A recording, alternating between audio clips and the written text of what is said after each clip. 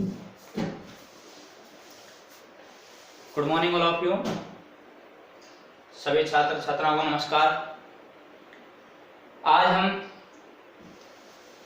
उच्चारण स्थान के बारे में पढ़ते हैं। उच्चारण स्थान किसे कहते हैं?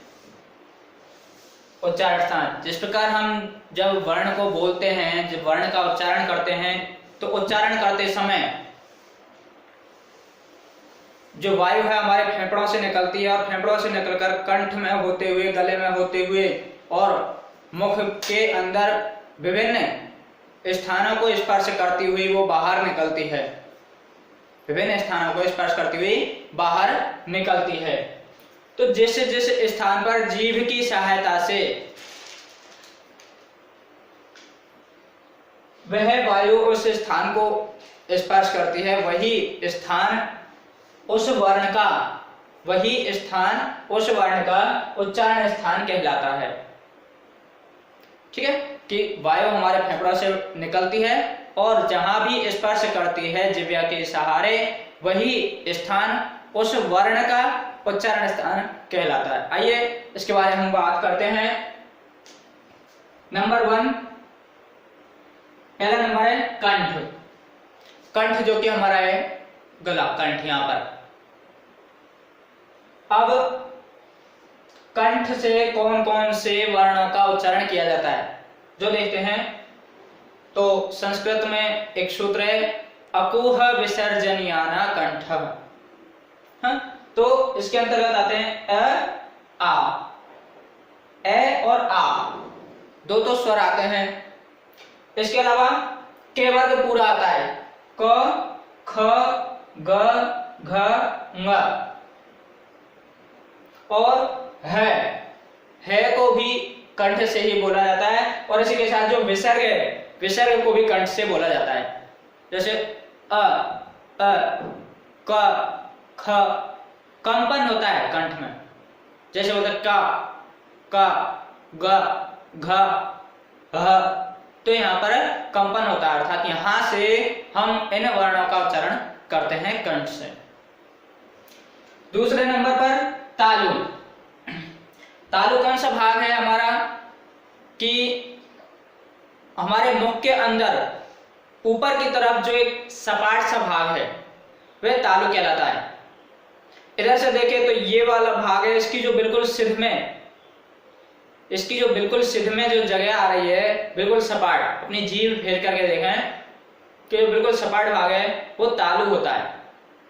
तो यहां से इसका उच्चारण किया जाता है, अर्थात जीभ ऊपर की तरफ जाएगी। ई, च, छ, ज, झ, ञ, ग और श। पिछली कक्षा में हमने बात की थी कि तीनों से का उच्चारण अलग अलग है। यहां पर स्पष्ट तरीके से देखना, इस से को बोलने के लिए हमारी जीभ है वो तालु के लगेगी ऊपर। जहां पर च को बोलने पर जीभ लग रही है, वहीं पर से को बोलने पर लगेगी। च का उच्चारण कीजिए और देखिए जीभ कहां पर लगती है, च, च, च, ऊपर की तरफ, और जिस जगह पर जीभ लगेगी वही तालु होता है। इसके लिए सूत्र है इचु या सानाम तालु। ठीक है। नंबर 3, मूर्धा। मूर्धा कहते हैं मसूढ़ों को। जो हमारे मसूढ़े हैं उन्हें मूर्धा कहते हैं। और जब हम इन वर्णों का उच्चारण करते हैं, कौन कौन से, रे, ट, ठ, ड, ढ, ण, र, स, श। तो इनका जब हम उच्चारण करते हैं तो हमारी जीभ है वो दांतों के ऊपर जो खुरदरा भाग है मसूढ़ा अर्थात उनको स्पर्श करेगी। इसलिए इन वर्णों का उच्चारण स्थान होता है मूर्धा। इसके लिए जो सूत्र है वो है रिटोरसाणा मूर्धा। इस से का उच्चारण स्थान तालु था। इसमें इस से को जब बोलेंगे, हम उच्चारण करेंगे, तो जीभ हमारी मूर्धा के लगेगी, अर्थात मसूड़ों के लगेगी। नंबर 4, दंत, दांत। और इन वर्णों का उच्चारण करते समय हमारी रे, ये संस्कृत का वर्ण है रे। ता, थ, द, ध, न, ल, स।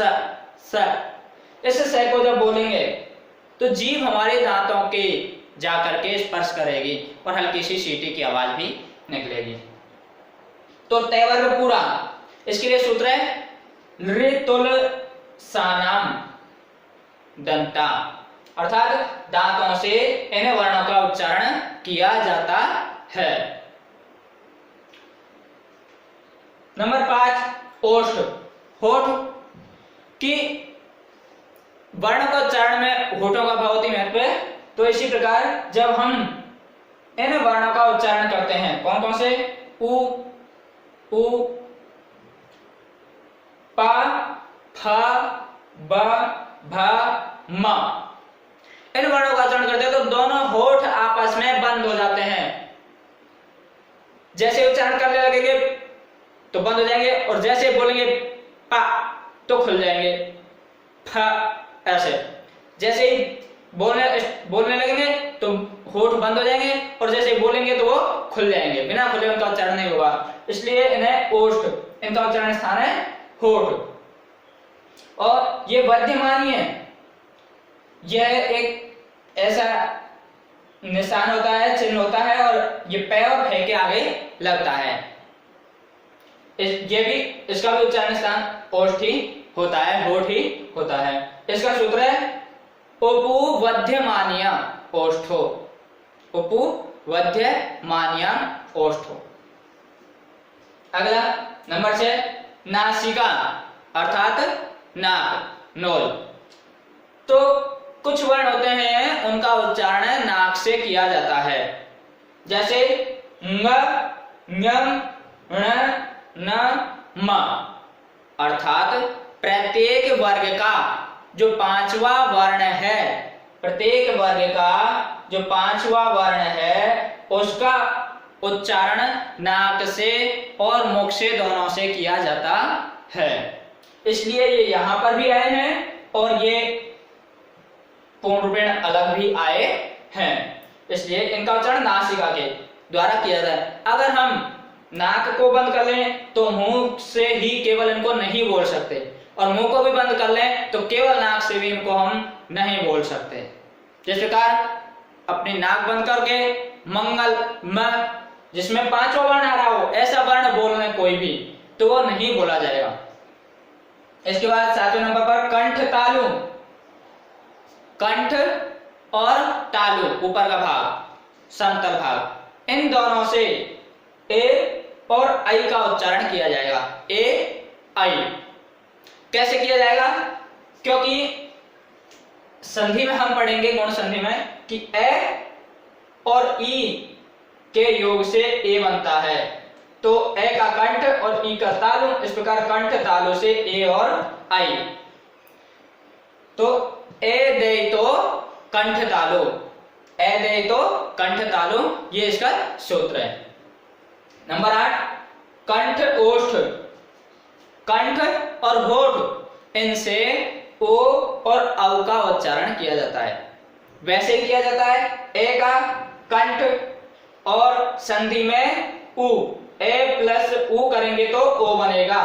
इसी प्रकार ओ का उच्चारण स्थान, उ का उच्चारण स्थान ओष्ठ है। तो इस प्रकार कंठ ओष्ठ, और कंठ ओष्ठ से ओ और औ। ओदोतो कंठोष्टम, ओदोतो कंठोष्टम, इस प्रकार इनका उच्चारण स्थान, ये सूत्र है। एक अंतिम दंतोष्ठ व,